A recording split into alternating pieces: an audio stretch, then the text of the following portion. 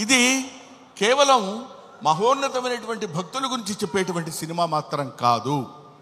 దూర్జటి మహాకవి, శ్రీకాళహస్తిలో ఉన్నటువంటి దూర్జటి మహాకవి ఆయన చెప్పింది ఏంటంటే, రే ఏంటేంటో వేదాలు, పుణ్యాలు, పునస్కారాలు, హోమాలు ఇవన్నీ చేయటం కాదురా.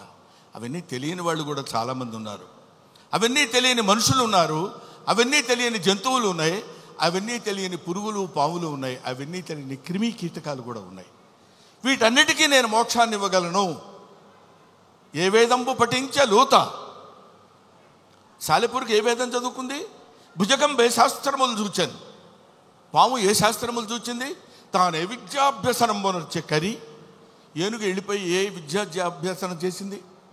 చెంచు ఏ మంత్రం ఊహించాను. చెంచు ఏ మంత్రం ఊహించాడు? వాడికి ఏం తెలుసు? ఏమీ తెలియదు. బోధావిర్భావ నిదానములు చదువులయ్యా కాదు అని చెప్తున్నాడు. బోధావిర్భావ నిదానములు చదువులయ్యా కావు, నీ పాద సంసేవనాసక్తియే గాక జంతు తతికిన్ శ్రీకాళహస్తీశ్వర. అది ఆయన చెప్పింది.